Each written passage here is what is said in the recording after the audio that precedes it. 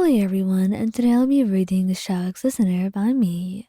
So let's get into it. He hasn't seen Cloud Retainer for a while, and to him that was a relief.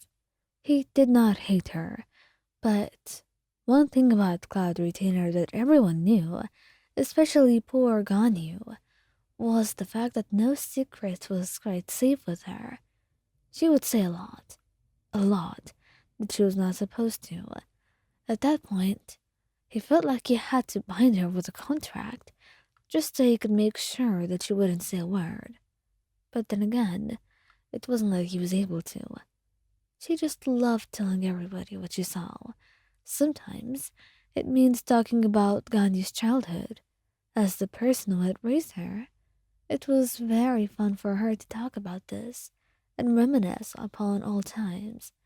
And as for Xiao, she just loved teasing him.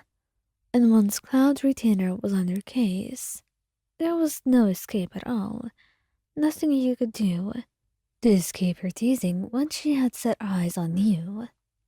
And ever since he started dating you, he made a point to just avoid her completely. Again, he had nothing against her beside that. And since then, it has been going well. She never saw the two of you together and never knew of your relationship, which is exactly how he wanted things to be. He didn't want her to find out. He didn't want anything about your relationship going out and being public, especially not when he's not ready. The only one who knew was Trolley, and that's because he explicitly told him, because he needed some advice.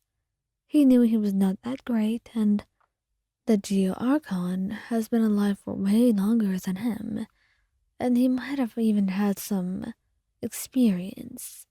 Not that Xiao cared too much to ask. He just wanted the advice and nothing more. And it helped greatly.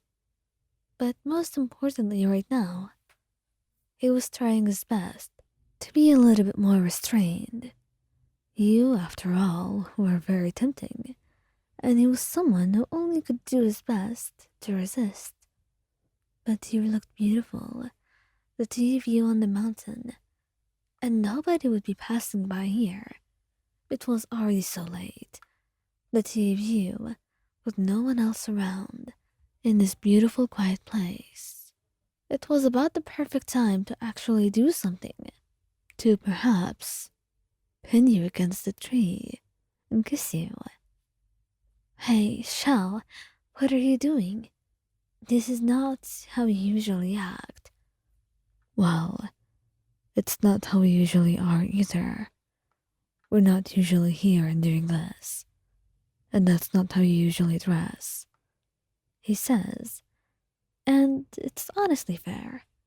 You were wearing something rather revealing, something that was tight, something that was meant to grab his own attention, and you did get it, even if a little bit too much of that attention as well.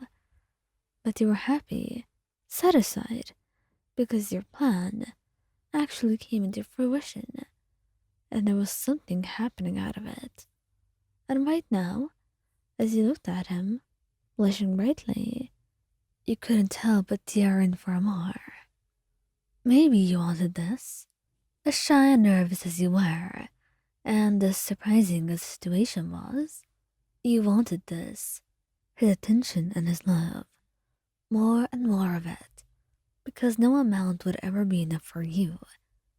And as he leaned in to kiss you, you felt yourself melt against him, closing your eyes, your arms wrapping around his neck, your hands going into his hair, as if they belonged there, pressing him closer and closer.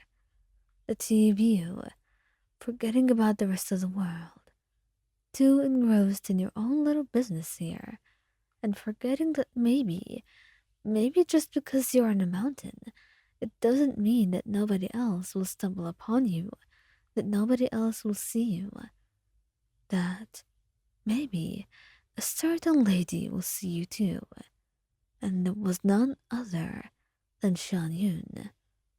One never assumed that she would see you this way, she said, and Xiao immediately jumped, pulling away and blushing brightly. His entire face was red, and he would be laughing hysterically were it not for the look on his face. He looked so embarrassed, and honestly, you couldn't help but be a little bit embarrassed as well. After all, you were kind of caught making out here, which is not something you ever wanted to happen to you. But Xianyun, or Cloud Retainer, whatever she called herself right now, she had her arms crossed, an amused smile on her face. One has heard a lot of gossip, and one has been curious to figure out what one's fellow friend is doing. Well, I am perfectly fine, as you can see. There was no need for that. One thinks that you are wrong, for there was a need. Now, who is that beautiful girl? Is that Wayan? I've heard about her. He frowns, blushing brighter. How would you know? Nobody else knows. Ah, you forgot. One has been observing you for a while now. You and your partner. And one is increasingly pleased that you found happiness, she said, and he just huffed. Could you not talk about this to anyone?